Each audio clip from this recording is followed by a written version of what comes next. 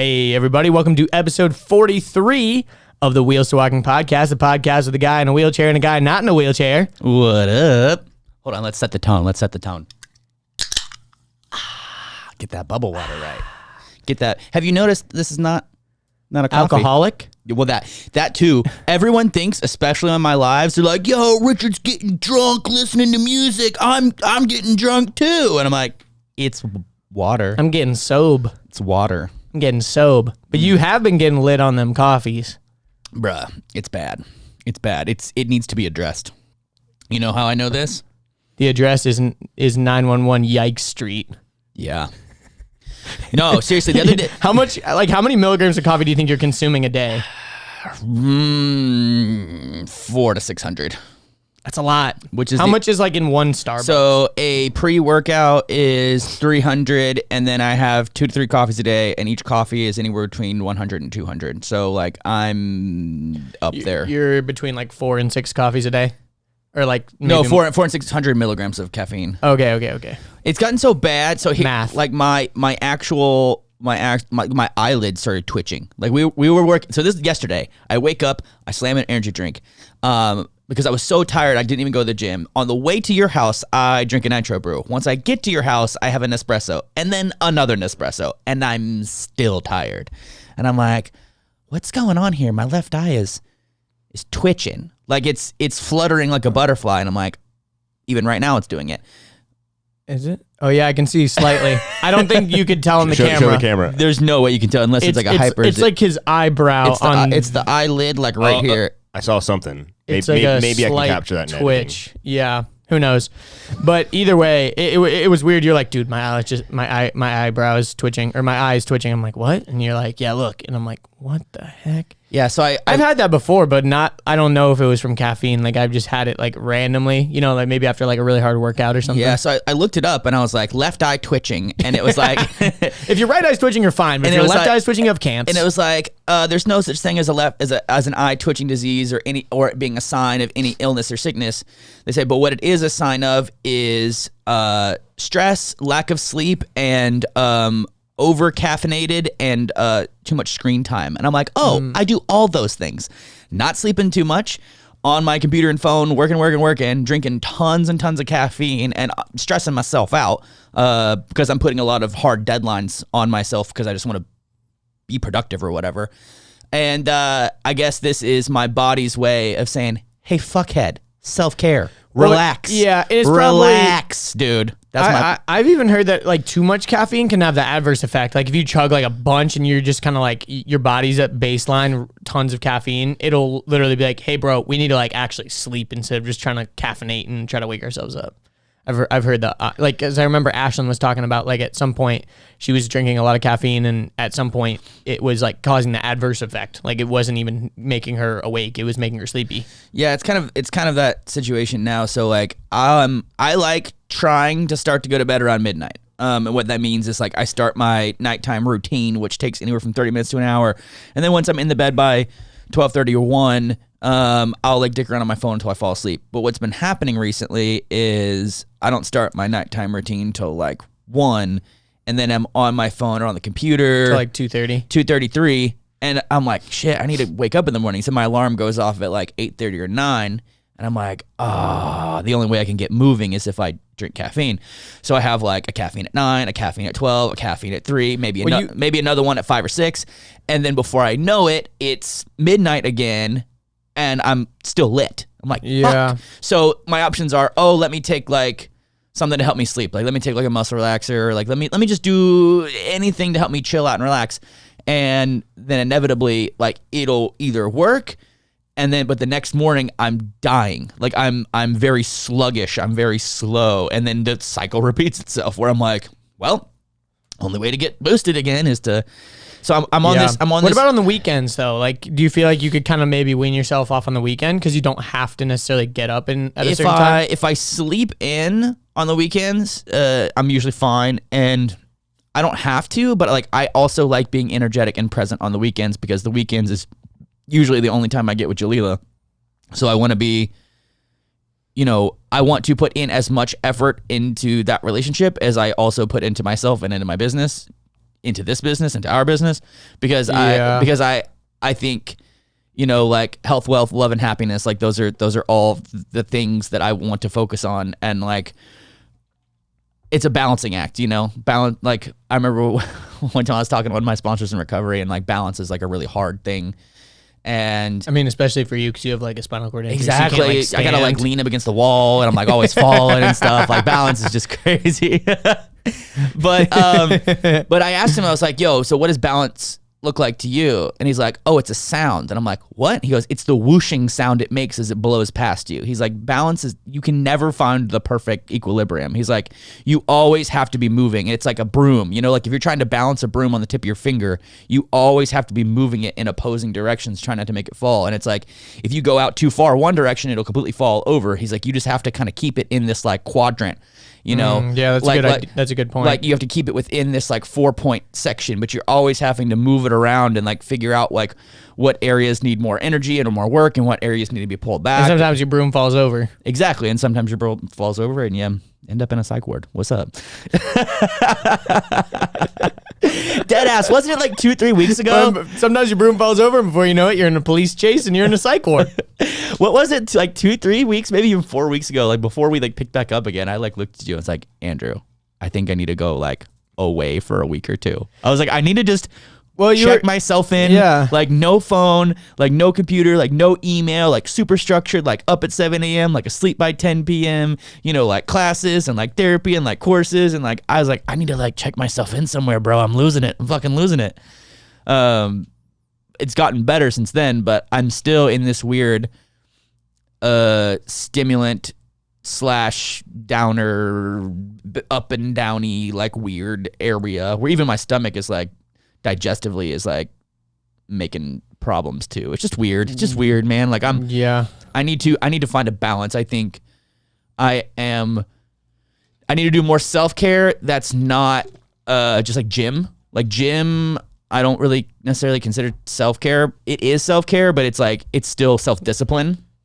Yeah. It's not like when you go and like lay out by the sun or like yoga or, you know, I don't know. I need to find some more self-care, I guess, because I'm doing the typical classic like newbie entrepreneur move where it's like work 9 to 9, don't eat right, don't sleep when you're dead, coffee, you know, go. And it's like, sure, that's good. But also like maybe if I spent 3 hours in the morning doing like meditation and like going for walks and like, you know, maybe if my work day was not 9 to 9, maybe it was like 12 to 6. And then like the 3 hours on both ends were more like family and friends and self-care. And like, I don't know. I just got to figure out my balance because Have you seen Mark Wahlberg's his schedule? Gotta get up at 5. He's got to get up 5, work out. And he like works out until like 7. And then first workout of the day, gotta get up at 5. Yeah, but he also does like, he like plays golf and like makes phone calls all day. Sometimes you go to bed though, you know, it's like 7. He goes to bed way early. Guys, we gotta get your full hours of sleep.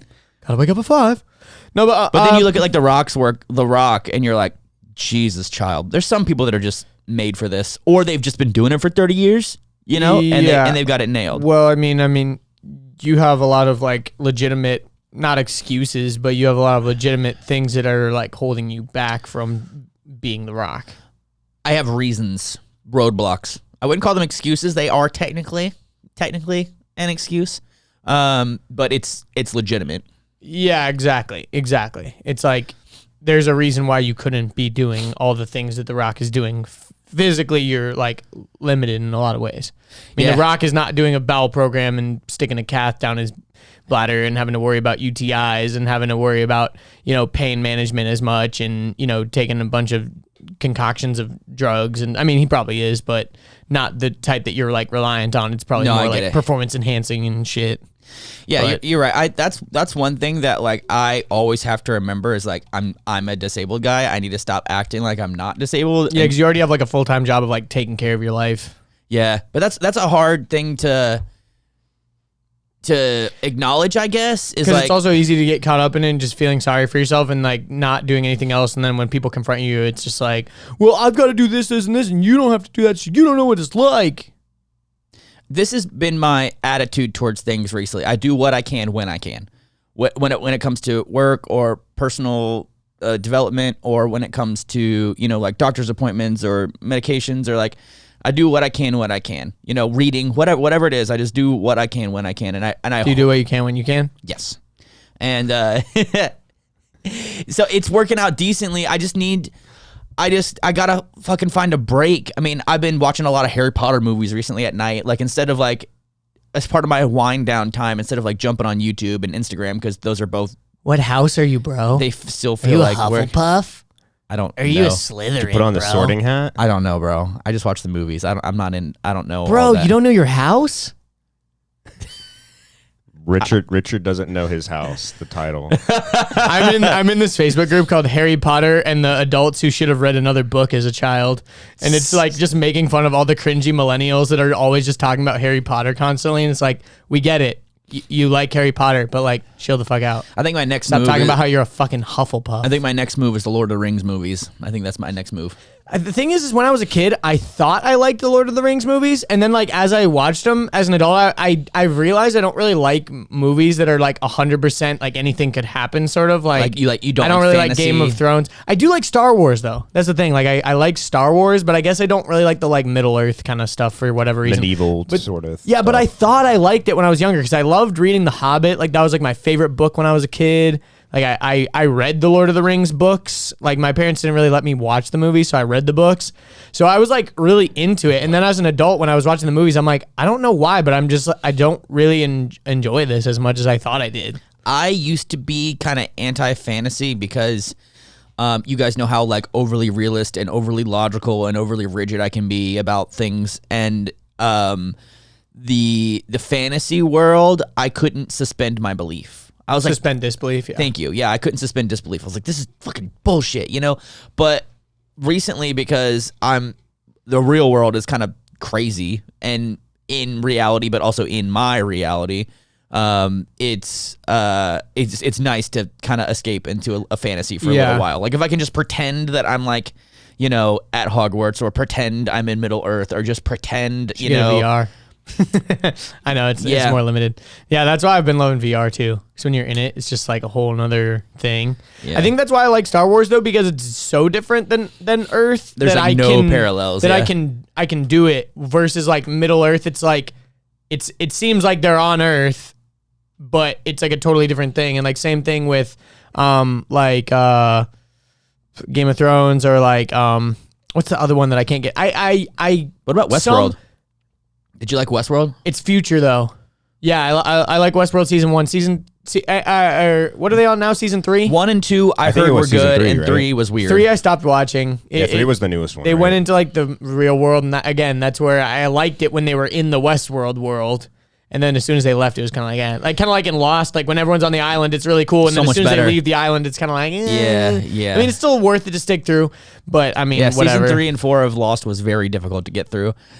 Because 1 and 2 were so good, and then like in 3, when they started leaving the island, it was like, I mean, I like the characters and I like the storyline, but like, can we just go back to the island, please? Yeah, and that's why I like Star Wars, because it's like none of it is very similar to Earth. Like, it's so future. It's so like it's complete fantasy. It's like Avatar. It's like complete. Exactly. That's why I like Avatar, and that's why I struggle to like enjoy like Avengers sometimes, because it's like for example, I loved Batman Begins and I loved The Dark Knight, but The Dark Knight Rises, got a little too fantasy. Like he had a spaceship that was flying through the city. Like that's not something that is very based in like a reality. That's why he's my straight away too much. My favorite superhero is because he doesn't have any powers. He doesn't have any powers. He got money that has technology, and I think that Christopher Nolan is a person who doesn't write for the masses. I think Marvel and Avengers is for everyone. It's like, are you 2 or are you 50? You can like this movie. That's true. Like it's for everyone. It's like Joker. Like that movie fucked me up, dude. Like emotionally, I was extremely uncomfortable that whole movie,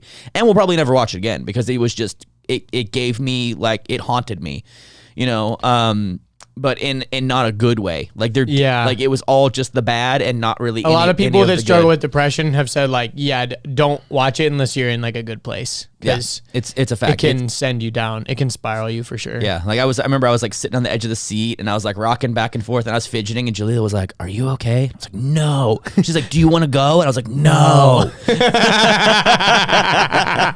Yeah, Matthew was saying, my brother Matthew was saying, Midsummer was like that for him. Fucked me up, I haven't seen it yet. Have you seen it, AJ? It ruined an I entire love that day for me, dude. Like it literally, we were just talking about this at our anniversary dinner. Even the chefs that were there were like, we've never seen more people walk out of a theater than that movie.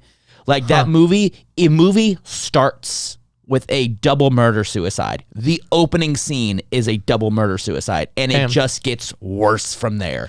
I feel like it is insane. Did you enjoy it though? Yeah, but the dichotomy, because it's so bubbly and cheery and glowy and like Holland, Switzerland, Midsummer's, you know, like fantasy and like it's like a dark happiness. It's really creepy, weird. dude.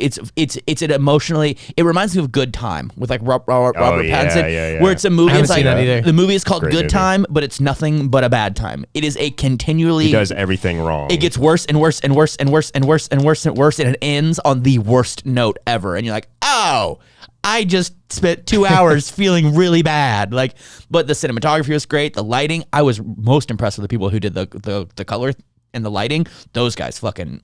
Especially when they're in the, which like, movie the are we apartment. Yes, Dude, it looks Are we talking about so Good Time or Midsummer? Good Time. Good Time. But Midsummer was so fucking culty. And there was this one scene where, this isn't really a spoiler, where they like skin a human alive and you see it happen. You like see the skinned alive body and you're like, what the fuck? You know, there's another scene, again, not spoiler, where like, not spoiler, but I'll spoil. No, I'm just kidding. It doesn't spoil the storyline. It just tells you how yeah. fucked up it is.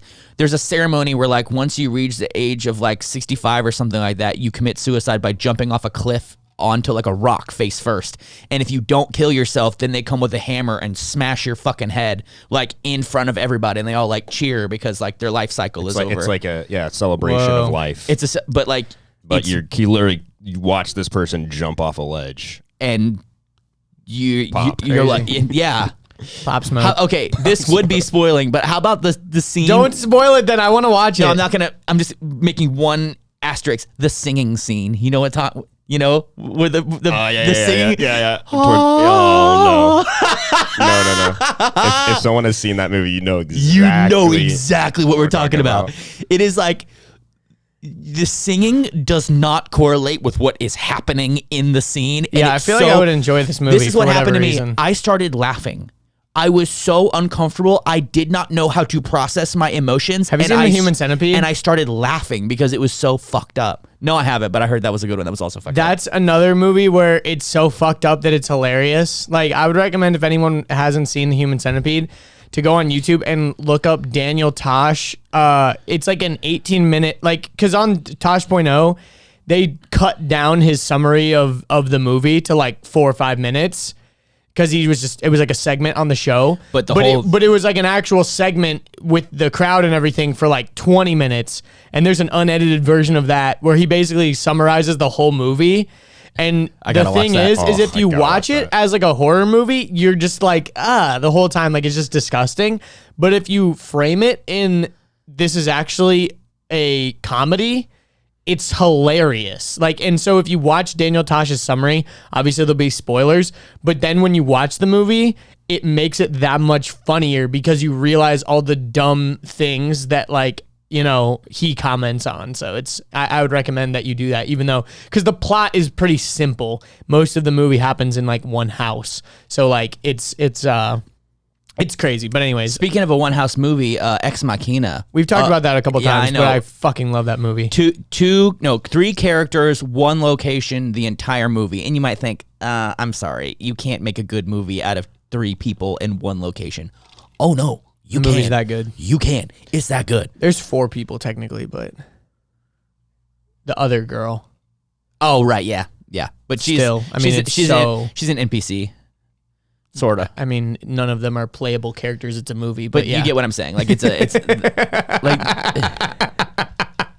this isn't a video game. damn it. AJ just took a drink and like almost spit it out. Yeah, I had to hold that one in. You know why that thought has been in my head recently? When I said Because of the Riddler? No, there was one night. There was one that we were all at your house hanging out outside downstairs, and all of a sudden Andrew just starts yelling at AJ, "You're an NPC!" Because AJ just looked like he was just dead. Like AJ was just hanging out. I'm like, AJ, you're an NPC. It was so funny. But anyways, dude, you know what's actually really sad? What's that? AJ's moving out. Oh, that's right. We haven't talked about that yet. Yeah. But it'll be okay. He's still gonna be here on the podcast. Yeah, it's not like he's quitting the podcast. Like he's still gonna be here. Yeah, but a couple weeks ago, AJ was like, "Yo, dude, I'm moving out." Yeah, it was kind of a... And I shed a single tear. I bet you were more afraid of it. Like I bet you made it, like in your mind, made a bigger deal of it than it really turned out. 100%. Yeah, when he told me, I was like, yeah, man. Like, you thought you were gonna be like, Andrew, I've murdered your mother. What? You've done what? You know, but you're like, I'm gonna move out, and Andrew's like, okay. I'm like, yeah, man. Like that's your choice. Like, you know, we just gotta find new roommates. But yeah, we met. Well, not we met. I already knew these guys, but two guys I think are gonna move in. So it'll be different because AJ right now has a bedroom and an office. These guys are gonna take over both of those as separate bedrooms. So now there'll be 5 guys in our house. But I think it'll be good. I think it'll be fun. AJ will still be around. He'll still be doing the podcast. He can come over whenever. Yep. He's still our homie. But I'm gonna miss AJ in the house. We're always being silly. It's gonna be different, but especially during the days when it's like only you two home. Like Matthew and Peter. Because everyone else works outside and I work at home. But one of our new roommates has a dog. So that's kind of cool. So there's going to be a dog around. Didn't you say there was some crazy story where like a dog ran into your backyard or something? That was like, yeah. It was like a very interesting situation where someone like knocked on your gate and was like, hey, my dog's in your backyard. Well, we have one of those Ring doorbells. So like when people ring it, there's a video that you can see and communicate with them live. And we have a gate on our driveway. So, you know, obviously he didn't want to just jump the gate, but so he rings the doorbell. And I can play the video. I wonder how the dog got in. Well, the fence is not a fence. Like if you look at our front yard fence, it's like one of those fences that just has like 2 slats. Like you can easily get decorative. Through it. It's like and me and Peter are literally just like hanging out on the deck, and then this dog just comes out running towards us. You said it was like a husky type Yeah, it was like dog? a husky. It was like, sick, like a free dog. Oh, cool, free dog. And it was so weird because I was gonna see if I could pull up the video of it. But it was so weird because didn't you say they just like threw it in the trunk afterwards? Yeah. Like that was the weirdest part. They it was yesterday. Scooped it up and threw it in the trunk. What time was it? It was around 9:41. Here we go. Oh, here's when they got it. Yeah, so this is when they finally got it. Here, I'll show the other one first. So this was when they first called us. So this guy's just like walking up to the thing and he's like, hello. But he's standing at your gate. Yeah. I don't know. Maybe his friend is already in there. I have no idea. But he's like, hello. And I finally answer. You'll hear me. Hello. It's so strange how that. Hello. Bruno, they're calling for the dog. When I hear Bruno, I can't help but think of Sacha Baron Cohen's character of yeah, but Bruno. anyways, here. He's in our backyard. In your backyard. He went through the.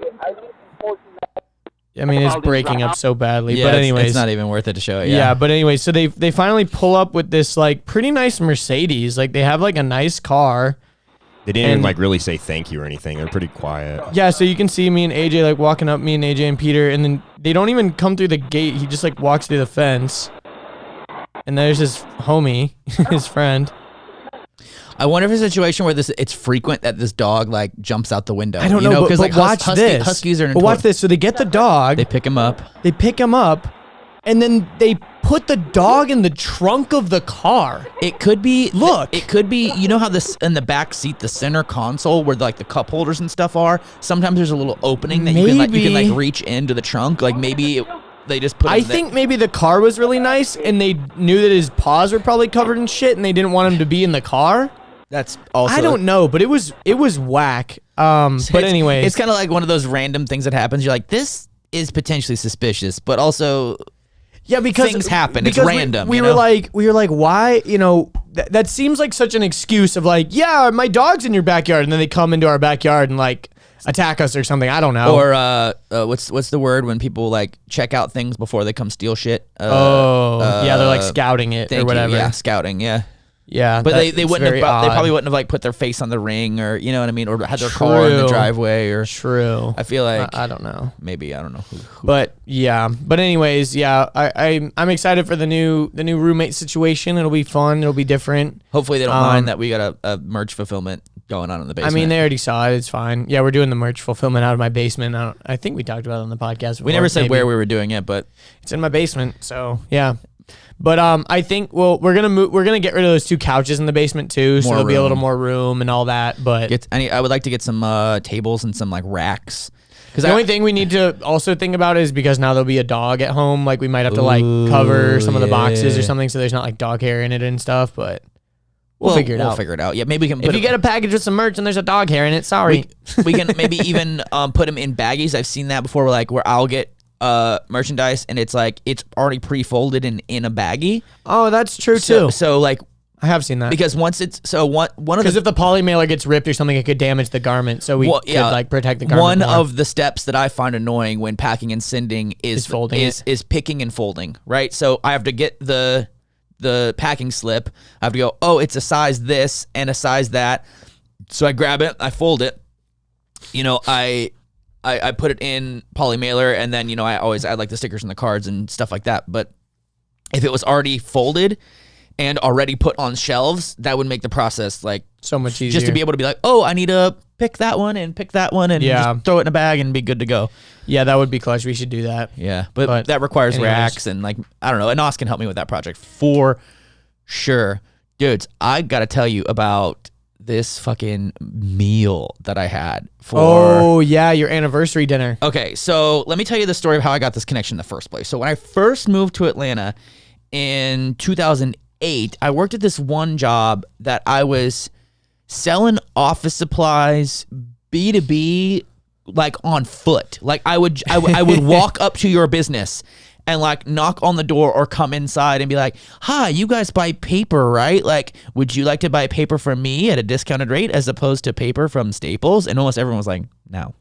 You know, and it was... Because you're just soliciting at that point. It's just annoying. And it was commission only. So, and it was only new customer acquisition. It was never like repeat customer. You only got paid when it was new customers. And anyway, like I worked there for like 4 months. It's and such a scam job. yeah, it's MLM. You never made any money, right? I made like $300 in 4 months. Like That's so bad. Like I had to borrow money from my coworkers because I was so broke. I was like, hey, can I have $20 for gas to last me until like Monday so I can get back to work? Like, please. Like it was rough, but it was also middle of recession. And a lot of people were desperate. And the guy who was running the thing was like, that model had been working before the recession. It was just anyone who put out an ad on Craigslist that needed any kind of job, they'd be like, come in for an interview. And you'd show up and they'd be like, you got the job. Like it was very much like bada bing, bada boom. But anyway. I love when things are very much like bada bing, bada boom. But it was very, anyway, I met this guy named Kyle, and I've been friends with Kyle's for a while. And Kyle worked at like private restaurants, but in the recession, like no one. Kyle Benedict? No, different Kyle. And the restaurants like shut down. Like no one was going out to eat. But he's a like cordon bleu trained chef. Like he went to cordon bleu, like the cordon bleu in France, like proper like the elite highest level of a chef. And he's got a son who's 18 now, and his son has been his like co-chef or whatever you want to call it for this supper club for like 3 years now. So every week they put on a dinner for like 10 people, and it's like you pay a ticket and you show up, and they just give you like a 5-course meal, and it's like a fun experience, and you can bring wine or beer or whatever, yada yada. But in the pandemic, they haven't been doing a lot of it. So, and one of the things that I wanted for the 2-year anniversary is I wanted a nice dinner, but I didn't want to make it, and I didn't want to go out anywhere because when I go out places, I always end up with a steak and vegetables.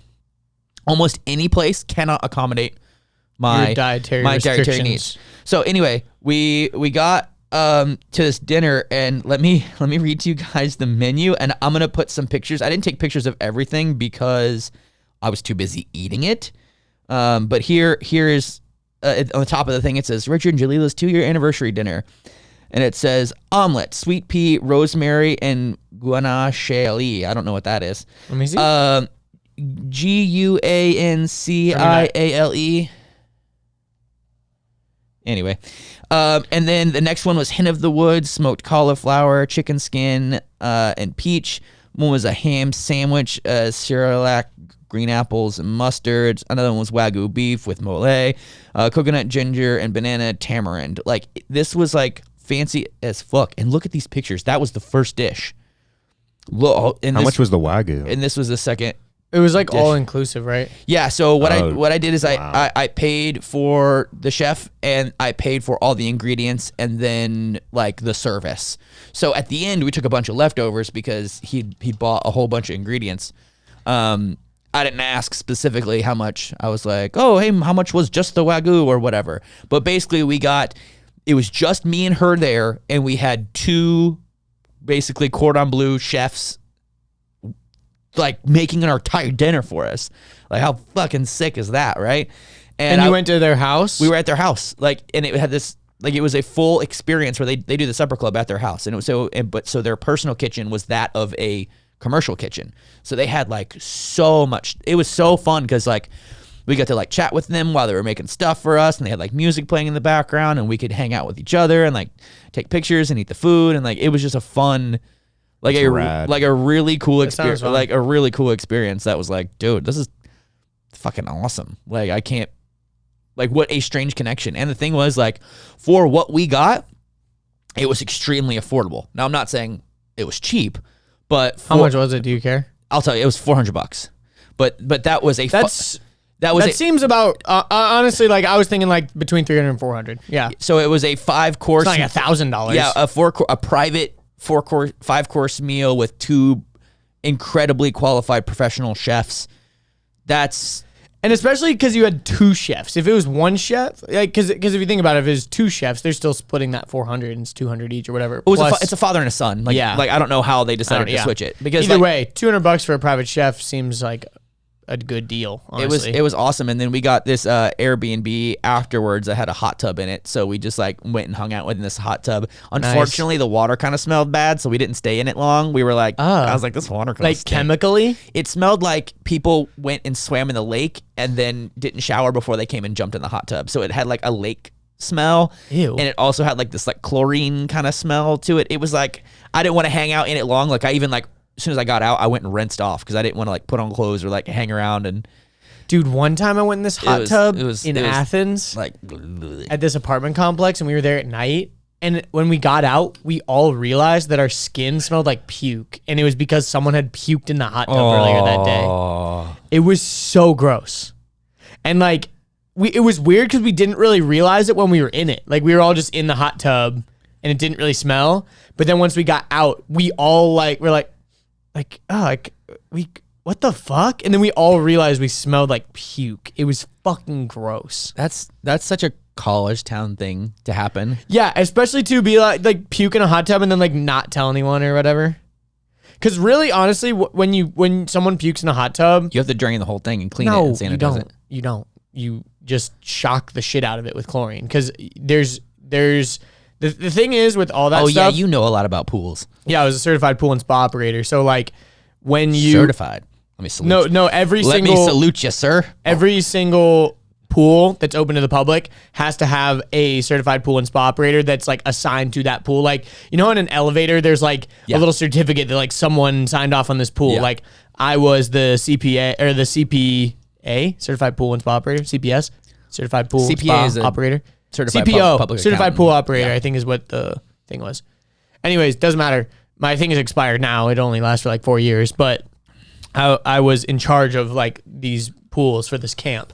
And it would happen a lot when people would puke or pee or, you know, pee, nothing happens because pee is sterile anyways. Chlorine kills it. And depending on how solid or liquidy the shit is, that also is a factor too. Well, see, that's the thing. So if it's solid poop, you remove the poop, you shock the pool, and you can reopen the pool in like 4 hours or something like that. And shock is a term for like just chemically like blast it basically. You blast the fuck out of it with chlorine. Like Okay. it's dangerous levels of chlorine. Like normally you keep it, I think, on the scale or whatever, but at like a 3 or 4 or whatever, and you bring it all the way up to like a 20.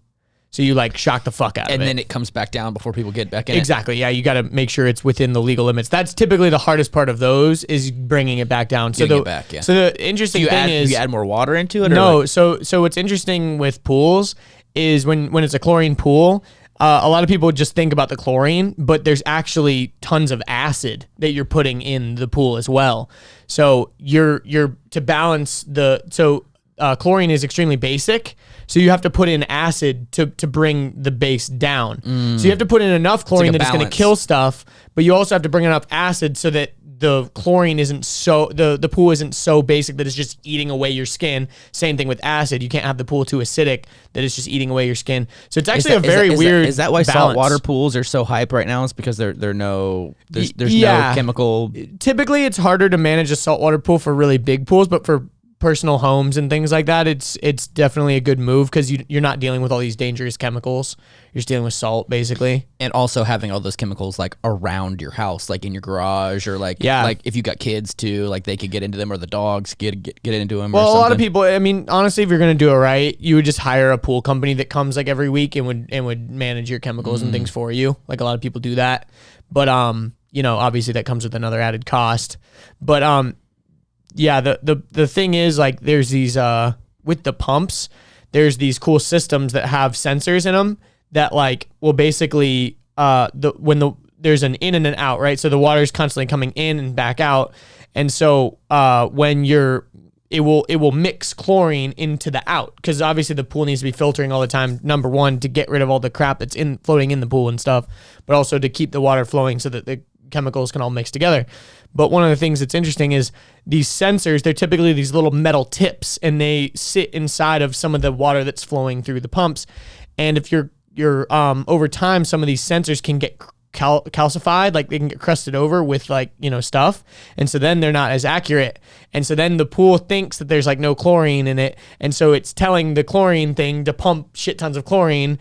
And in reality, it's already got the right amount of chlorine, but because the sensors have become calcified, it's lying. Yeah. And so it's like this crazy chemical ballet that you're always playing. Like there were certain days where I was kind of freaking out because like people are just having fun in the pool and you have no idea that like one little error and we could be swimming in a dangerous pool or whatever. Like, everybody, no need to alarm you, but if you've noticed that your hair is falling out, get out of the pool. One time it happened where, so basically have you ever seen like a lifeguard like take a little sample of water and like put the little drops in and shake it up, whatever. So we would do that every hour or something, every 2 hours, every hour, I can't remember. But so to check the chlorine, you fill it up to this little level, you put these drops in, it turns a different shade of like pink. So if it's like really pink, that means there's a lot of chlorine. And if it's like clear, that means there's no chlorine. Did it glow like blood red or something? No, so yeah, if it was blood red, you're like, ooh, yikes, we need to like tone it down. But sometimes, because chlorine is literally bleach, if the chlorine levels are so high, it can literally bleach out the color. Ooh. So for example, when you drop the droplets in, it's like a false negative, kind of, because at the very bottom there. And the only way you would know is if you first of all, like in the CPA class, they teach you about that. But if you're just one of the lifeguards that's just assigned to go take the chemicals, you're like, yeah, the chlorine came back clear. There's no chlorine in it. But really, it's like double off or the triple. scale. Yeah, it's like past and the 20. way that you know is you drop the liquid in, and it immediately turns like blood red, and then almost immediately it turns cleared. So like when there's no chlorine, you drip the liquid in and it doesn't turn any color. It just stays clear. But if there's like shit tons of chlorine, you drip one drop, the drop turns kind of red and you see it, and then it like disappears again. And you're like, oh shit. So one day that was happening, and a bunch of kids were like, they like, we realized it, and so we told everyone they had to get out of the pool. I think we might have been like, yeah, someone pooped in the pool or whatever. I don't remember what we told the kids. Made something up. Because we didn't want to tell the kids like, yeah, we had the pool's dangerous. But some of the kids were like, I'm itchy. And like we told all the counselors, we're like, you need to like rinse them all off, like go into the showers and rinse them all off and all this stuff. But anyways, it was like you need to go take those underage children and spray them off with hoses in a private shower. Yeah, not creepy. No, not naked, but we just needed to I know, spray but that down. sentence was just funny. Was like, that a CAA?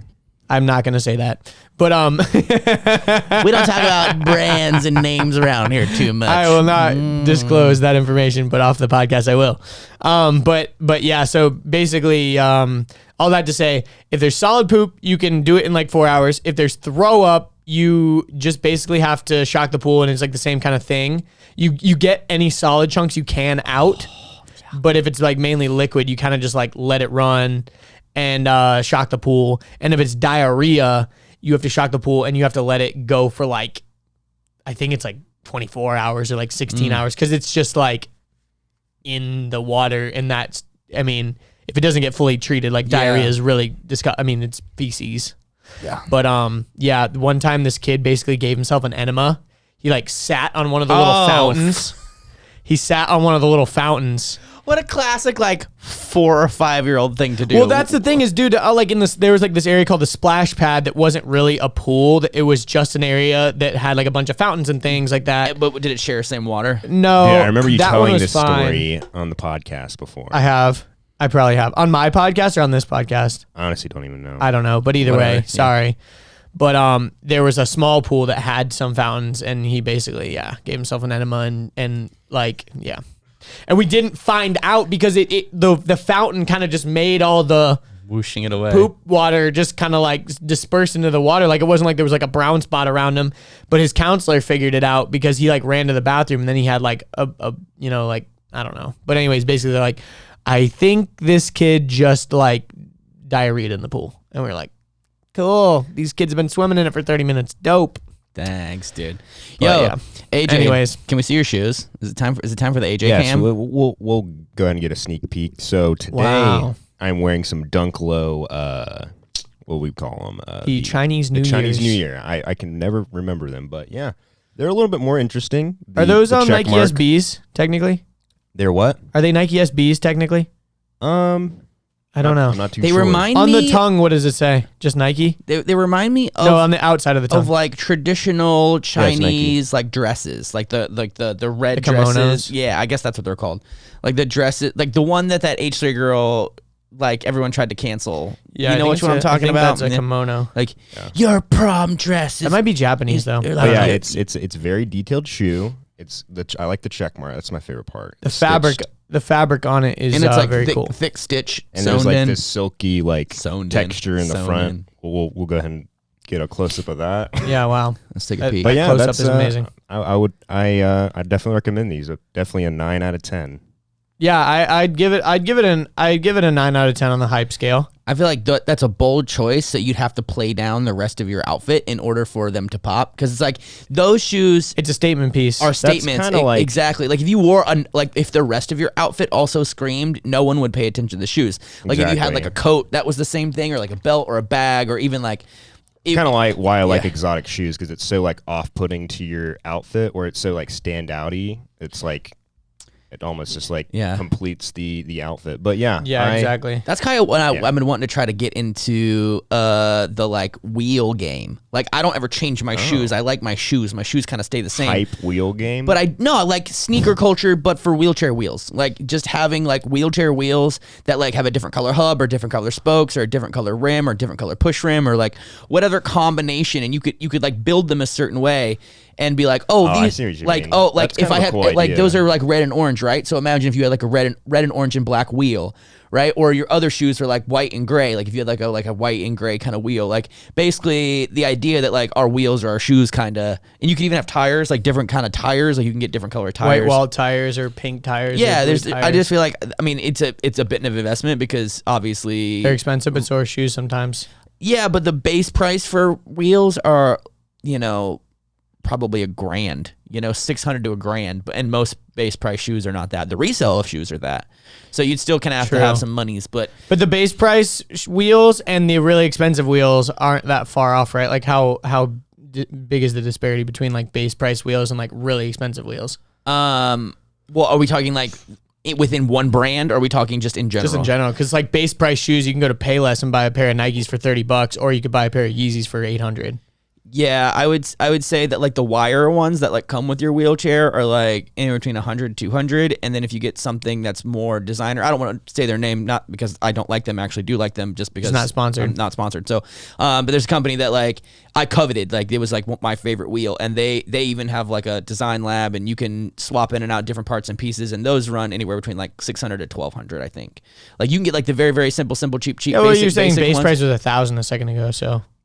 But I just didn't know. But I don't know. I just threw that in there because it's like when you customize, if it's a customized one with like a custom hub and custom color spokes and like when you add all and like the push rims, when you add all the pieces together, it's about it can become that. It's about a but grand, that would be the high end. That wouldn't be the low end. But you can't really customize the low end. The low ends are just what they are. Yeah, that makes sense. Yeah, so it's like you can't really customize shoes either, to be honest. Well, there's certain ones, but typically they're not that much more than regular. Yeah, like there's like Nike ID and like Adidas My Color or whatever. But I just think about my personal style aesthetic and like my personal wheelchair aesthetic. Like everything is real toned down, real low key, real like black and silver and like. But if I occasionally do something that's a little bit of a pop, you could do like some blue spokes or something like that. I don't know. Like I think about my shirts. Like I got one shirt that's like a big pink tongue on it, you know, like that. Or like I've got a couple of random little shirts that like make statements, but I don't have shoes. Like I used to do shoes, but it just doesn't make. I don't know. It just doesn't. There are plenty of wheelie boys that hype shoes, but I think wheel culture, like the same kind of sneaker culture, and like you could trade, like you roll on one for a month and then you find your buddy on the internet who's got a different kind of setup that you do, and you're like, hey man, just like ship me yours and I'll ship you mine, and then like we can just swap them. Like who cares? Like, you know, it's yeah, there's potential there there could for be sure. a lot of potential. Oddly kind of reminds me of the removable steering wheels for those like customized cars. Yeah. Like that, like drift cars or whatever. Yeah. I got the Momo suede wheeled. It's red, and I got the Sparko leather, and yeah, we used to do that with shift knobs. Remember, like I used to swap, like I used to trade shift knobs. You just got to make sure the threads match. I used to trade shift knobs with people all the time. I'd be like, "Yo, what kind of knob you got? Oh, let me see." You know what's funny? We just like switch it. Yeah. When I sold my G35, I ended up selling it to like CarMax just because like literally it had like engine knock, and like a lot of places were like, "Yeah, we don't even want this." Third gear synchro was out too, wasn't it? Yeah. And so, but the guy who had it before me, he had the shifter knob from a GTR in it, like a Nismo, like short shifter. And I thought it was so cool that right before I took it to CarMax, I went to AutoZone and bought like a really cheap shifter knob and swapped the shifter knob just so I could is that keep the one that cool you? Oh, you have that? I've seen it on your I shelf. have it in my house. Yeah. It's, if you look at the top, it's got 1 through 6, and the reverse is the GTR R, like it's the red cool. R, so that's like the reverse R, and then on the front side of it, it says Nismo in like engraved, like it's engraved into the titanium or whatever it is. It's pretty cool. It's pretty heavy too. Yeah, that's awesome. I don't know if you guys this week decided to read The Fifth Vital, but I finished it, and you finished it too. Yeah, I listened to it. Yeah, I haven't read it. Yeah, I listened to it as well. Whenever I say I read something, it doesn't mean I actually read it. It means I listened to it. We're too stupid for that. Here's the thing. Reading for me takes too long. Also, I've got bad retention when it comes to reading. I'm kind of dumb. And whenever you got to read it multiple times over. And and if I ever like sit still, I fall asleep. So like I listen to audiobooks the same way I listen to podcasts. Whenever my mind is free but my hands are busy, gym, chores, laundry, dishes, whatever, anything, driving, especially driving. And so that's the same thing with podcasts. That's how I consume pretty much all my audio stuff. But you know, in the same context of Joker, when I was saying how it was kind of rough to listen to, that was also kind of rough, but also not at the same time, because I feel like I've overcome. And you know, Mike does too. Does what? Overcomes it. Exactly. Yeah. So you know, it doesn't end badly. Yeah, it's so funny. So his experience with using is very different than my experience with using. Very different. But our experience around addiction is exactly the same. Like we have a unifying, and I think that's why a lot of people like in the rooms of 12-step programs, we can all bond. It doesn't matter if you're like a granny who slipped and fell and hurt her hip and became an addict. It doesn't matter if you're an athlete and, became an addict. It doesn't matter if you're like a businessman and got hooked on something to keep you moving. And it's like, it doesn't matter who or what you are. where you came from, how much or how little you have. No one gives a shit. What they have is like, you got a problem with drugs, we're here to help, you know? So it's like, I know for a while when I first went into the rooms, I felt kind of like imposter-y. Like I was like, oh, I don't belong here because people were talking about like shooting heroin and like being homeless and like stealing and like sleeping in their car and, you know, like all these legal problems. And I'm like, I don't have any of those. Am I really an addict? You know, like I'm not really like real. Am I really an addict? And your family's like, yes. No, but but like I knew I was, but it's like all of the markers, you know what I mean? But it's like if the issue, you got to learn this, and people have to teach you this, is like you need to focus on the similarities and not the differences. Because if you focus on everyone's differences, no, you're not going to relate to anybody. But you have to focus on the similarities. And like I feel similarly when it comes to like spinal cord injury, like especially on Facebook and on Instagram and stuff. Like a lot of you spinal cord guys like say and do the dumbest things online, but I'm like, yo, we still got a spinal cord injury and we're brothers, so like I don't care what you do or what you're up to, or you know, it's like there's some type of like common bond there. But the book was inspiring as fuck because it's like it makes me want to do something that extends my impact and my reach also, you know, because that's kind of what I mean, you're already doing it, but yeah. Well, I mean, I'm currently doing that, but I would like to do more, I guess. Yeah. And what did you think about the extra audio at the end with Macklin? Did you get a chance to listen to that? I listened to the beginning, and the questions that he was asking were stupid, so I was just like, nah. Like, it was literally like, who are you? I'm like, why are they asking that after we read the whole book? It was like, where are you right now? And he's like, I'm in Los Angeles, California, in this multi-million-dollar studio. What do you want to accomplish? I'm like, what the fuck are these questions? They're so dumb. Who wrote these? Like, it pissed me off. I turned it off. Twitter or Mac. But yeah, but why would they even include those at the end of a book about his entire life? I don't know. Like, that was really dumb to me. Like, I skipped the fuck out of those. I think the thought behind it was like to put some exclusive content that wasn't in the book, that wasn't on Impulsive, that wasn't on a vlog. You know, something that was like, I agree. I think the questions just could have been way better. Oh, agreed. But I still enjoyed it. You know, it was like, it was a fun little thing. But I probably just could have listened a little longer and it would have gotten better. But well, you can tell Mike was even frustrated. Yeah, Mac was like, "Who are you?" And he's like, "I'm Mike." This goes at the end of my book. If you're listening to this, you just read my book. That's like that. Yeah. That's Kat was telling me one time when she used to do more frequent podcasts, or still does podcasts, that like one of the things she really gets annoyed at is an interview podcast when people will ask you a question, you answer, and they don't have a follow up. They just ask the next question. It's sometimes H3's like that, and it annoys me. But I mean, whatever. The thing is getting in the mindset of being an interviewer or being like having a conversation. If it's a straight up interview, that kind of makes sense, because the thing is not to have a back and forth. It's, I'm asking you the questions, you're giving the answers. You're done with that answer, I'm gonna ask you another question, or maybe a follow up question, but probably not. You know, like, I've got my list of questions, I'm not straying from this list. And I think that's why some podcasters and stuff like not fail, but they aren't as interesting, because you as the listener, you want them to elaborate or you want them to keep going, and they're kind of just like, oop, got that check box marked off, now it's on to the next question. Like, the whole time that they're talking, they're only just thinking about how they're about to ask the next question. And versus like Joe Rogan or something, he goes in there with like basically no notes and is just curious and just keeps asking them more things and talking about things he's interested in. That's what I tried to do with my podcast. But I also like how Joe is not always on the side of the guest. Like, he'll rebut, or he'll argue back, or he'll fight, or he'll challenge. Like, totally. Even if he does agree with the guest, sometimes he'll push back on it because he knows there's members of the audience that would be pushing against it. I think my favorite Slam episode was the one with Adam questions everything. Oh my god, Adam ruins everything. Where basically, like, every claim he made with strict and absolute authority, Joe was like, "No, that's not." And he's like, "But yes, it is." And he's like, "What? Where?" And he's like, "Everywhere." And he's like, "Yeah, but like, says who?" And he's like, "Everyone says who." And it's like, dude, Joe slammed him in that episode.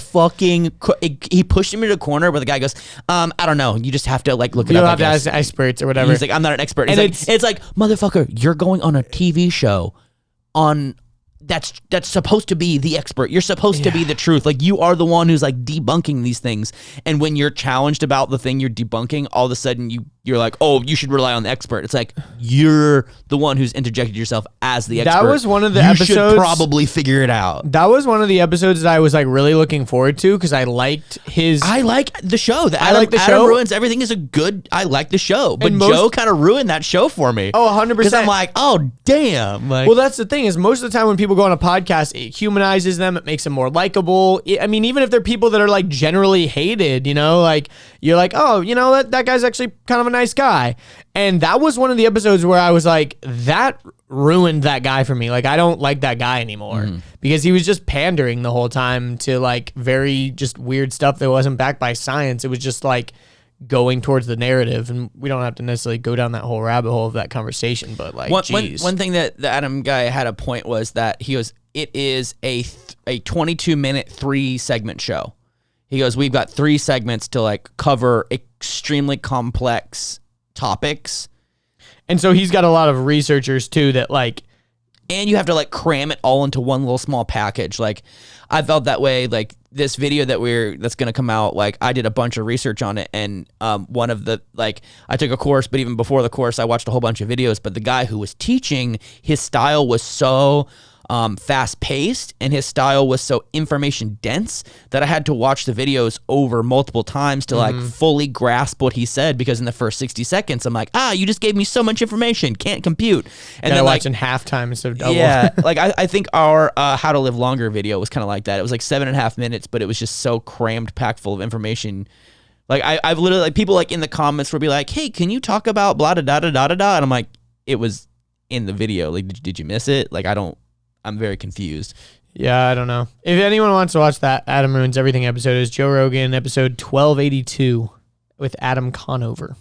So, anyways, yeah, just a little reference. Yeah, that was an episode. But yeah, Joe, my most recent favorite one that I actually ended up listening all the way through was him and Post Malone just kicking it. Me too, dude. Him and Post Malone just kicking it was like, all right, I can fuck with this.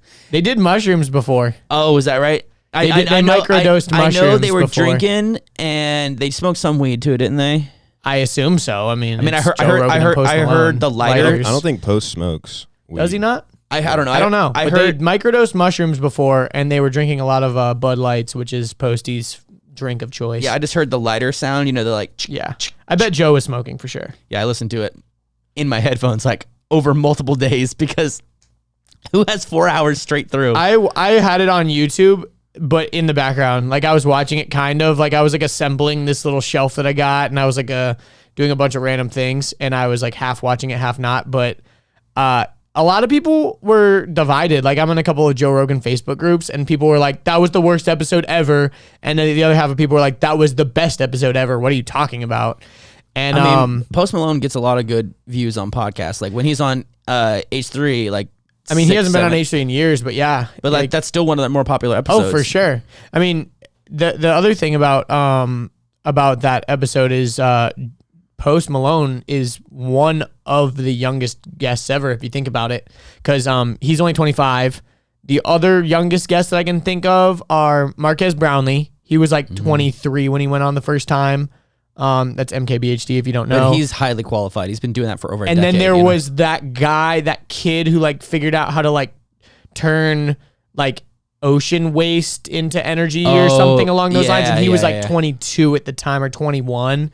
But still, like, I think it's weird that Post Malone is so young because you think I always think Post Malone's like 30 or something. But he's like 25. He looks like he's younger than Justin Bieber. This when I look at Post Malone, I'm like, oh, you look like a line chef at an Applebee's who smokes menthol cigarettes and goes to NA meetings. Like, that's what you look like. He does look like a line chef. Like, I always hate it when girls are like, OMG, Post Malone is so perfect. I could never get anyone like him. And it's like, just go to your local Applebee's after it closes and go back to the dumpsters and find the guy who's taking out the trash and smoking cigarettes. There's your Post Malone right there. 100%. Like, right there is your Post Malone. Like, that's your guy. Like, he's like your line. It's like, fuck out of here. It is always funny when someone becomes like successful and they're like generally objectively kind of weird looking that people are like, oh my God, they're so hot.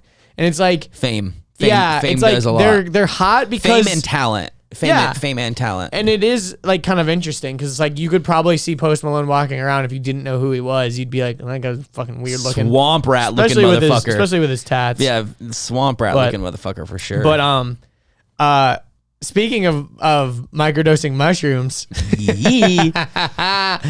I partook in ingesting some mushrooms this weekend. Some shroomy boys. I did not partake because I was not at the lake where Andrew was. And also you don't do that. I don't even do that. I always have to be so clear now because seriously, like if I'm around anyone talking about anything, like I was around somebody. Anyone talking about anything? I was around like drug related or alcohol or smoking or something. Like I was around someone and like they were talking about like them doing stuff and someone like looked at me and was like, yeah, you know what he means? I'm like, nope. Like, you know what he means? Nope. Never done it. Yeah.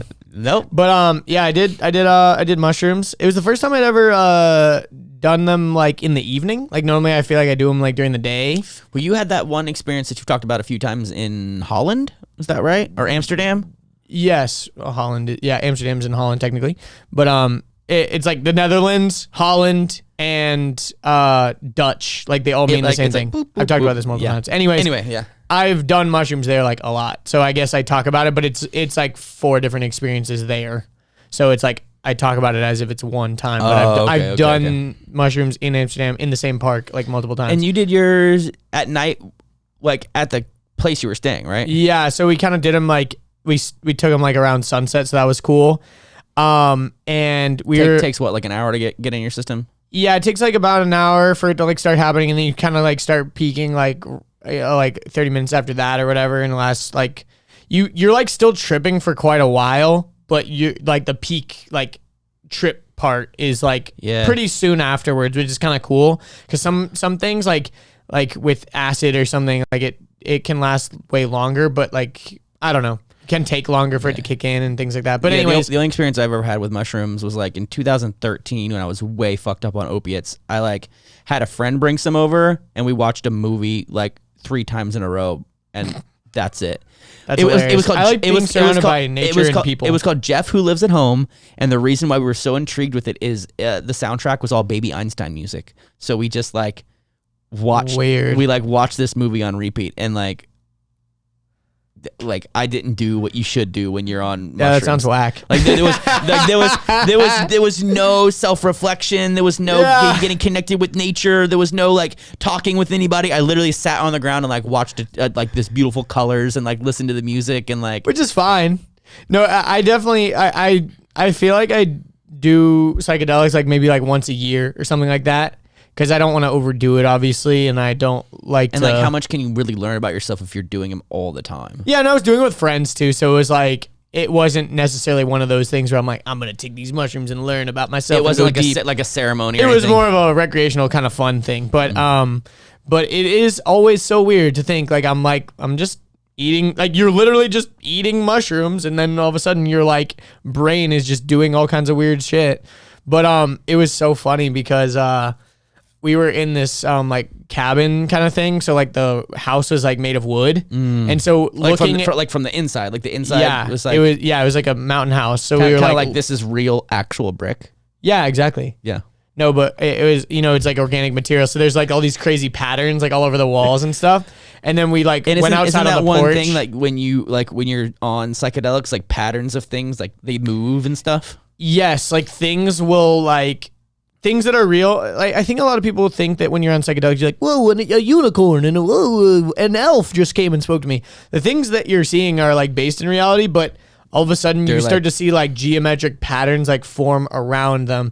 So for example, like I was eating this plate of like taco meat, and every time I would like take a spoonful, I'd look at the food and it would just like just like morph into like geometric like weird shapes. And ground beef from the grocery store, and taco shells from the grocery store. What's that from? It's some TikTok that Jalila always sings about, and it's just like white people taco night with taco shells from the grocery store and ground beef from the grocery store. And it's like I have no idea what that is. That's funny. Well, you know how there's like white people taco Tuesday? It's like the hard shells with ground beef and like shredded lettuce and tomato and like sauce, and it's like The song is called White People Taco Night. I literally can't remember it to save my life.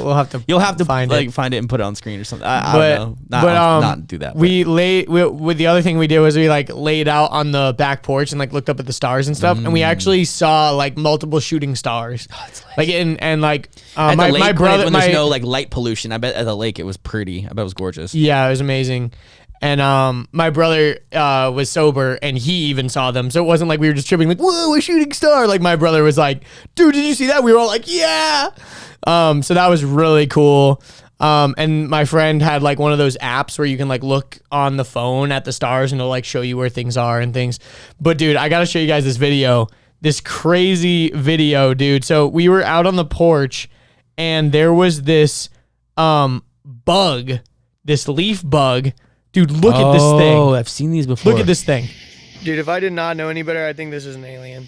Dude, look at his mouth. He looks like an alien, dude. He looks like the grasshopper characters from Bug's Life. Yeah. I mean, he's a what? A leaf bug. He's drinking water. water. Where his wings look like actual leaves. Yeah. Oh, that's so alien looking. Yeah. We'll have to put that on what the podcast. Also but is like, really alien looking. So crazy. Is, fucking the green praying mantis. Oh yeah, those look crazy too. And the stick bugs. Have you seen the ones that look like sticks, like actual? You're like, that's a twig. I'm gonna pick that up for Kenlin. You're like, oh no, that's a bug. What the fuck? But that was the thing. Is like, I know I'm tripping sack right now, but that still looks insane. Like, I know that when I look at that sober, it will still continue to look insane. It'll still look cool. And I was just sitting there like, dude, if we didn't know what leaf bugs were, and I was looking at this thing, I'd be like, oh, that's an alien. Like that's an alien right there. Because like, what else would it be? Categorize it as a bug? I guess, but dude, like, when you look at his mouth, you're like, I've never seen anything like that. That's the true. weird thing about it. It's like very crazy. Stuff that lives in the bottom of the ocean, like octopuses and stuff. Like, yeah, seriously. If I didn't know any better, I'd be like, oh, that's an alien. How about the one thing with like the big teeth that has like the light bulb thing in front of it? Oh, that's a Star Wars character. Yeah, that's an alien. Earth is pretty insane. Like, yeah, but we always want to like go outside. Like, we're like, oh, we need to explore the last frontier. It's like, yo, the ocean is like 90% unexplored, bruh. And also, we still got species that we're like discovering. The rainforest. Like, you can just go into the rainforest and it's like, oh wow, here's all these like insane things we didn't know existed. Yeah, and I'm just looking at this bug, and I'm like, yo, how is that a thing that we aren't just like constantly being like, yo, look at this crazy ass leaf bug? We're just like, oh, that's a leaf bug, you know? Like it is weird how when you're I guess when you're tripping or you're doing psychedelics, you kind of you like step back from reality so much that you experience exactly like, whoa, it's like you've seen it before, you know it exists, but you're like, oh, okay, whatever. But when you're like tripping, you look at it and you're like, whoa, its wings are leaves. Whoa. Yeah, and like my friend was like in the bathroom, she was peeing, and she's like, dude, you gotta come look at the wood on the walls, like right in front of the toilet. And now that we like both went in there, and she's like, yeah, maybe it's just because I'm tripping balls. Like, this is just wood. I'm like, yeah, but it does look cool. Like, I'm looking at it, I'm like, yeah, that looks crazy right now. But one of the things was there was like this painting that had like layers of paint on it. It was like kind of like a 3D painting. Like, you could literally go up and touch it, and it was like 3-dimensional. Like, you could feel the layers of paint. It had depth of field or whatever. Yeah, exactly. But it wasn't even just like simulated depth of field. It was like legitimately, it was layers of paint that made it thicker. So anyways, we were all staring at this painting, and we were like, dude, this painting looks crazy right now. And I was like, yeah, and it's even crazier because it's actually kind of 3D. And my friend was like, no, it's not. I'm like, yeah, it is. Go up and feel it. And she was like, what? And like touched it. And she was like, this is insane. I didn't even realize it. But anyways, yeah, that was fun. But yeah, it was a good experience, positive experience. And then we watched Scary Movie 3, which how have I never seen Scary Movie 3? That movie is so funny. All the scary movies are funny, and you know what's better? Everyone said like Scary Movie 3 is kind of like the peak of it, though. So it's like the best one. So that era of movies was when like the smoking gun and all those types of movies. It was when like racism and sexism was okay. So yeah. So they like homophobia, racism, sexism, you could just like melt it into any kind of joke in any context, and you would laugh your ass off. Like the 2000s era, like comedies are like American Pie and like I literally like 2000s comedies in my like from 2000 to 2010. Those comedies, in my opinion, are the funniest because no one was like sensitive ass, pussy ass little bitches back then. Like like everyone you couldn't make it anymore, really. And it was the fact that like you know, like 9/11 had happened and everyone was looking for some kind of a laugh. You know what I mean? Like True. The world was in this whole like, oh, there's this terrorism thing that's going on and oh, we're in war and all this financial stuff. And it was like that era was like, yo, comedy's in right now. And they just went all in on everyone. And I just like, I remember that era of comedies being like the fucking best because there were no rules and it was like tits everywhere. And you know, it was just like the best teenage boy movies ever.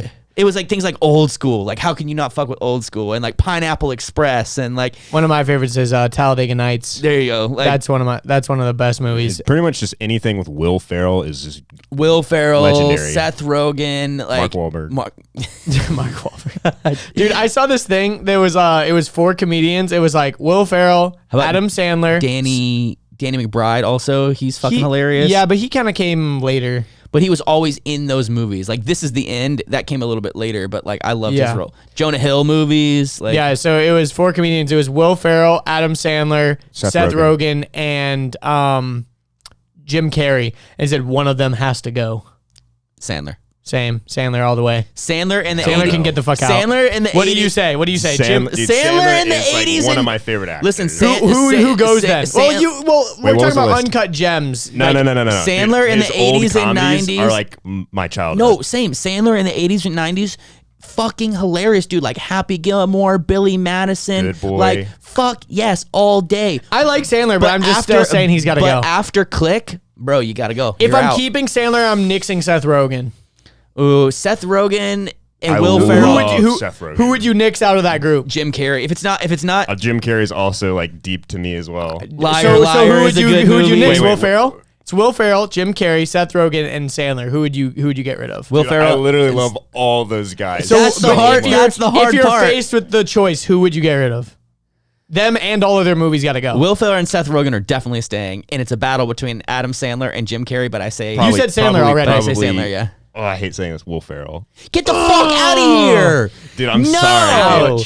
Ouch. Sorry, that dude. hurt to say. Best of Will Ferrell SNL compilations are just like to die for. That is gold.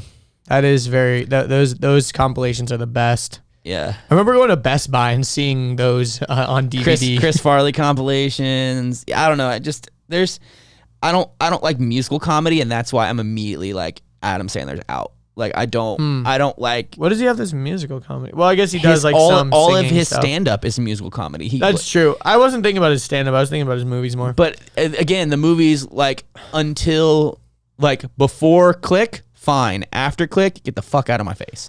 Did you like Click though? Yeah, I liked Click. But anything after Click, you're after right. Click, no. I liked Click as well. Anything post Click except for Uncut Gems, which another movie you guys need to watch because it was one of those movies that like he is like a dude who's like really caught up in some bad shit and is like is constantly fucking up and like making terrible decisions, and at the end you're like rooting for him. You're like yes, and then like things happen and you're like fuck me. I actually fell asleep during that movie. We need to watch the rest of it. We should. You really do. It'd be my 5th time watching it. It's worth. I'll watch the rest of Uncut Gems. You watch the rest of Parasite. I was gonna say I gotta watch the rest of Parasite, don't I? But that means I gotta read, dude. I'm dumb. I'm so dumb. I can't even read subtitles.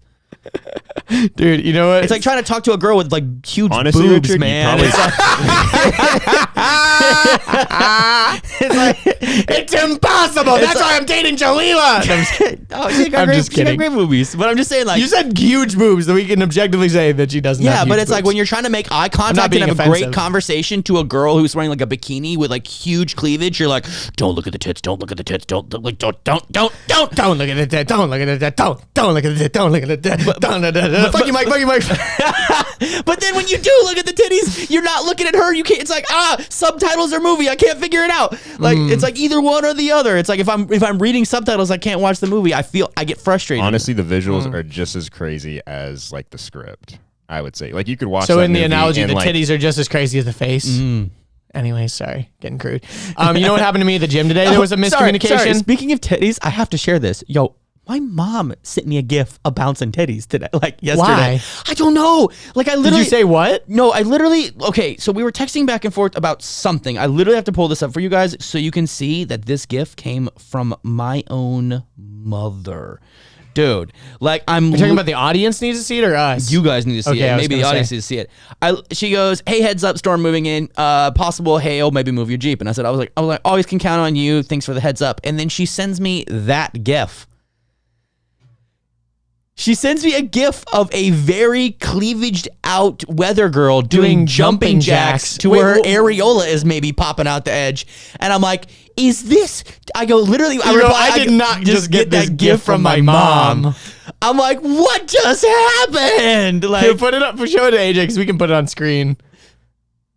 What the hell? What? Dude, that's whack. I mean, Dude, that's so funny. What was she? I bet she just typed maybe into weather, the GIF thing, yeah. probably like, oh, maybe weather. Yeah. Maybe weather. And then she probably just thought it was funny. My mom would send me something like that too. But also, I think like mom's been listening a lot to us talk about, and you think about how like nasty and pervy and we were just talking about boobs 5 seconds ago. Like, yeah, so she's like, yeah, like if I'll make his day. Like if this was you don't want to get a boob thing from your mom. but if like this was like one of my homies who sent me a boob thing. I would laugh my ass off. Like if one of you guys sent me that, I'd be like, ah, that's funny. Honestly, if one of you guys sent it to me, I'd be like, what? like it would be funny, but dude, you know what you were saying earlier about miscommunication and like, Oh yeah, not sorry. being, not being able to talk to someone. So today at the gym, okay, so you know how like when you're at the gym and someone walks up and they're like, hey, are you using this? Mm-hmm. And you either go, you're like, no, you're fine, Because you say you're like no one's there, yeah, or I'm you're not like, using it. You're like, yeah, you're good. The thing is you never know, like, and normally both people have headphones on. And the thing is, you never really know. And the person asking the question turns their headphones off, but the person they're asking usually doesn't because they can figure out like, oh, they're asking if anyone's using, but the using thing the is, bench. you don't realize if they're saying, are you using this or are you, or like, is it okay if I use this? Yeah. And whether you say yes or no, Matters. it's giving completely different answers. It's like, are you using this? Yeah. Be like, is anyone using this? You're like, no. It's like Exactly. yeah. So this lady came up to me today at the gym and she was wearing a mask and headphones. And she goes, hey, are you using this? Because I was just using it and the thing was like still kind of teetering, but I had completely moved all of my stuff to the new So thing. you were over at like the lat pull down or something? Or, Yeah, it was the lat pull down that was still kind of teetering, and I had moved over to the little seated like row thing. Yeah. And she apparently had said, hey, are you using this? And I was like, yeah, go ahead. And I was kind of like, I went like this. But I was like, she yeah. thought like, yes, I'm using it, go away. Yeah. And she went to the other one. And I was like, I feel bad because now she's going to see me not using it and probably be like, that fucking dick. He just didn't want me to sit next to him or whatever. But it was just funny because I'm imagining two people with headphones and masks trying to communicate with each other. You can't lip read, and there's, like, and you can't headphones. hear either. Yeah. So it's literally just two people that are like blind and mute, basically, like trying to like talk to each other. But anyways, I just thought that was like kind of a funny thing. And another funny thing that I've done recently is I keep wanting to say your mom to things. Like I don't know why, but when I was young, I would just always be like your mom or like, you know, whatever. I used to do it with my siblings because we have the same mom. Same. So it was always a joke. She'd be like, oh man, shut up, you're acting dumb. I'm like, you know what, your mom's dumb. She's like, it's your mom too. It's like, yeah, I know, but And shut up. There was this person on Facebook that said something about, it was like, I don't remember exactly what it was. Maybe like someone was sick or something. And someone commented, my God is sovereign. And it took like every fiber of my being to not comment, your mom is sovereign. And for whatever reason, I just started dying laughing because that's like the funniest thing. It was this old lady. Imagine her just getting a comment that from says, you. your mom's sovereign. I always get My a kick God out is when sovereign. people are like, Everything will be okay. You Your know- mom's sovereign. all right, this is again. I'm not gonna get So into. I'm not dumb. gonna get on too big of a rant here because I don't want to get into a whole Richard shit talks religion thing. But We already did that like a couple I know, episodes ago. I know. That's what I'm saying. I'm gonna do it quick. But wasn't it Jesus that used to condemn the Pharisees for praying in public? Yep. Didn't he used to say if you pray in public, you're a hypocrite? Now people are like all day, every day, posting up stuff on their social media about their God and their love and their spirituality and their Christian, their religion, their prayers. And in my head, I'm like, did you read the book? Like, did you read the thing? Well, like, you gotta wonder if it's performative or if they're trying to be like, look, I'm normalizing it. Like everyone else can be religious in public too and not be chastised for it. I don't know. I try not to judge too hard. I don't care, honestly, and whatever. But it's just funny, like when people are like always like, even in their Instagram bios, they're always like, God first, and it's like, is it though? Or is it you first? But yeah, I agree. Yeah, but anyways, your mom's sovereign. Mom's sovereign. My mom apparently has. Your mom loves sending titties. Shit, that's sovereign right there. Dude, you know what? Another crazy thing that happened to me today was, so, like you were saying that you are having trouble falling asleep and stuff. I recently have not necessarily been having trouble falling asleep, but I've been eating kind of late. Like I'll have like a late night snack, and apparently that like makes you have like crazy dreams sometimes. Which I eat at night all the time. I used to do intermittent fasting where I would like eat at like 12 and 6 and then not eat anything, but I'm finding myself getting really hungry around 10 or 11. So you're probably not eating enough. Yeah, so I'll have another massive meal, but because I'm unprepared for it, it ends up being like the last cereal or something. Bro, it's worse. So I had a bowl of pecans with chocolate chips sprinkled on top of it, and I ate it with a spoon like it was cereal. So I had chocolate covered nuts for dinner. Chocolate nuts? Yeah. I had great poop this morning though. It was a long. Dude, so last night I was like, I want something cold, and also, by the way, I think someone ate my ice cream because I had like a thing of ice cream and it's nowhere to be found after this weekend. So I don't know what happened. Not me. Yeah, AJ. Not me. I don't think it was AJ. I don't know. Yeah, I think it was. I'm innocent. I think it was a ghost. But anyways, maybe it was a ghost. Maybe it was You don't look like you're Ghost of Mike. in a penny. Casper the Friendly. Excuse me. You said you're innocent. You don't look like you're in a penny. I know, cringe dad jokes. I don't know what to say. You also don't look like a ghost. I'd rather make dollars than cents. Kill me. If it don't make dollars, it don't make sense. I haven't heard that one yet. Oh, if it don't make dollars, it don't make sense. You know what I'm saying? Anyways, that's like the most ratchety, like dumb thing. Anyways, you wanna come over to my house for a barbecue? Nah, man, can't come. If it don't make dollars, don't make sense. That gets a callback. Not oof. Callback boo for me. Boo. Boo. So anyway, I'm gonna stop interrupting. Go ahead. So anyways, wanted something sweet and cold, and I was like, oh well, I'll just make like a little smoothie bowl. So because I was like, I want a smoothie, and then I was like, oh, and I'll just make a smoothie for my workout, tomorrow. So anyways, made a smoothie bowl, ate it, but it was like I made too much.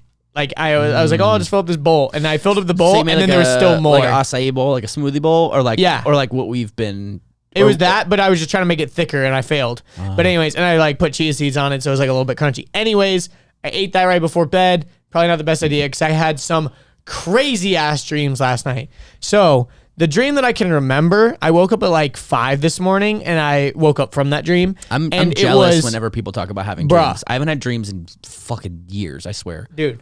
So I was exploring these caves that like we weren't supposed to be in. Like you could tour the caves like during the day, but for whatever reason, maybe it was like coronavirus or something, like you couldn't tour the caves.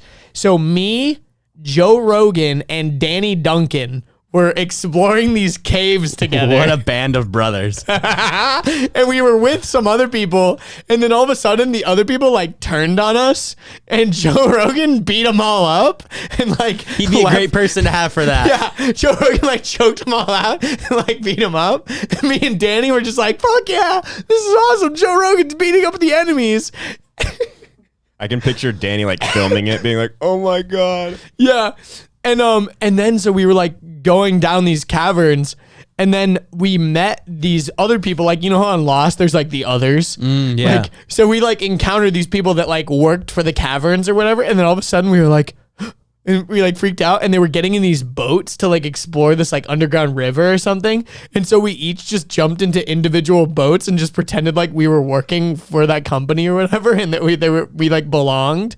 And we were like halfway down the river, and then all of a sudden they were like, hey, where's your name tag? And I'm like, I forgot it. And they were like, where's your identification? Yeah, are you really part of this or whatever? And then all of a sudden like Danny and Joe were like, run! And I'm like, I can't, I'm in a river. And then like we all jumped into the river, and then that's when I woke up.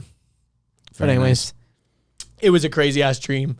and I got to hang out with Joe Rogan and Danny Duncan. So yeah, before or after the photo shoot yesterday, I don't remember. Alec was telling me about like how he's been having like a lot of like crazy lucid dreams recently, and I'm like, you motherfuckers! Like I don't know if it's meds I'm on. I don't know. Probably if the meds. I don't know if it's sleep apnea. And I'm never getting into REM. I don't know. Maybe. I don't know if it's the caffeine. Like I don't know what it is, but like I just don't dream. And you don't remember them at all. Or I don't remember them. The dreams I do remember are always really like panicky. Like either I'm like driving down a hill and my brakes don't work in the car, or like all my teeth fall out, or I had a teeth falling out dream recently. That was scary. Or like I'm choking, or like I don't know. They're it's all just nightmares. Yeah. They're because this is what I think. So this is what usually happens. Dreams are just your brain's way of replaying the day and finishing stories it never got to finish. Kinda, yeah. So whatever storyline, and the thing is, in dream world, there's no logic or no reason. So whatever storyline, it will finish like on its own. But I think because I think a lot, like when I am like laying in bed trying to fall asleep, I play the day over in my head already and kind of complete the stories. So by the time I fall asleep, the stories have been completed. Like I don't. What story was me and Joe Rogan and Danny Duncan in a cave though? I don't know. Maybe it had to do with something about some type of fighting. I didn't even watch any Danny Duncan yesterday. Maybe some of a fighting thing you saw. Maybe some Joe Rogan thing you saw. Didn't maybe see some any fighting. I did listen to Joe. Maybe some Danny Duncan thoughts. I mean, who knows? But like that explanation seems like it would make sense, but also it doesn't because dreams aren't necessarily completing the day. It's just like all the loose ends that it's like trying to finish. It's trying to complete it's not the completing story. a story necessarily. It's just like your brain is just like running free, and you've got these characters in your brain and things. Like I had a dream like a few weeks ago that like one of my friends that I hadn't seen in a long time, like her dress like ripped at a party, and like it was like super embarrassing, and she was like, "Oh my God," and everyone's like turning away and stuff. It's like that never happened. I wasn't even like thinking about her that day at all. Like a bunch of just random stuff, but it was just so dreams funny. Are random as fuck. Yeah, they're super fucking random. I don't know, but I think it's what the. Oh, nice. I think you'll have to unplug it to do it again. AJ's mic literally just like fell apart. Diddling with the mic. Yeah, that's fine. We diddle with our mics a lot. Yeah, but anyways, diddle the fiddle. Do you want to wrap this up? Do we have anything else to talk about? I mean, nah, we can drop it a few minutes early. Like we've been going over a few times. We've been giving the people the extra girth recently. Yes. We can tone it back this week. Anything we need to plug? Not at the moment, really. Follow me in my dreams. Follow you in your dreams. Follow me on Instagram. Let us know if you've had any weird dreams about us. Oh yeah, that'd be interesting. Very weird. If you made it to the end, what's up? Glad you made it to the end. Glad you made it to the end. You're a hardcore homie. Definitely. Follow us on places. I feel like all the hardcore homies already are following on places. Like true.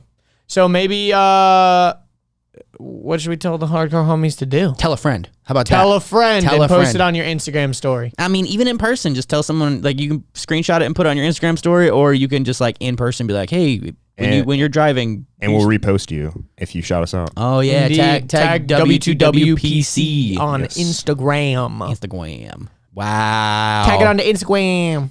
I just said Instagram. Okay. I'll make it real quick. Speaking of Instagram, one of the things I haven't been doing since basically got hit by a car, and even a little bit before then, was being active on Instagram. I've been using Instagram mostly for YouTube promotions, but that's mostly because I haven't had any good photos or good captions to post. And I just went and got a cool photo shoot done yesterday with someone I've shot with before, and hopefully that will reignite some of my captions and my postings, because like I got a lot in my head all the time, and sometimes I just need to like journal or like talk it out. Like I was listening. It's an audiobook by a guy named Peter Drucker, and it's called Managing Oneself. It's a really good audiobook. It's 45 minutes long, and it costs $2 on Amazon, so grab it. And too expensive. And he was talking about different types of learning styles. And learning style 1 is listening, learning style 2 is writing, and learning style 3 is talking. And I was like, oh, I wonder if I have a talking learning style. Because you know how I talk about everything all the time. And you'll sometimes get bothered. You're like, bro, you've said this like 5 times already. Like, yes. Dude, I'm the same way. So I just like, I talk about something until it makes sense to me.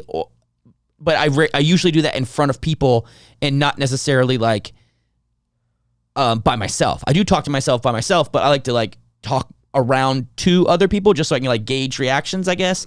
But I'm realizing that like I was using. Is that a learning style, or is that just what you do?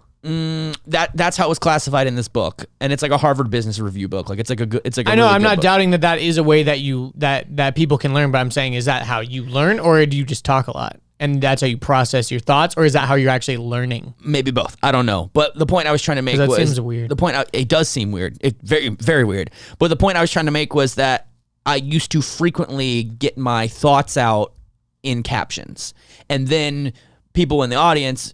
Followers would comment and I'd comment back. Like, so I could get out like my brain funk. And I think I would like to start using Instagram like a public journal like I used to. Like my Instagram before YouTube was popping, it was my Instagram that was popping. And then YouTube took over. So we started focusing more on YouTube and less on Instagram.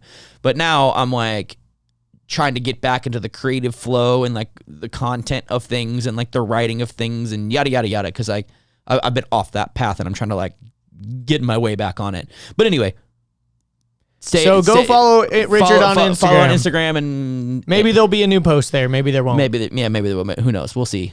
Alec usually gets me these pictures back like very quickly. Cool. Anyway, follow us on places. Adios. Bye. Peace.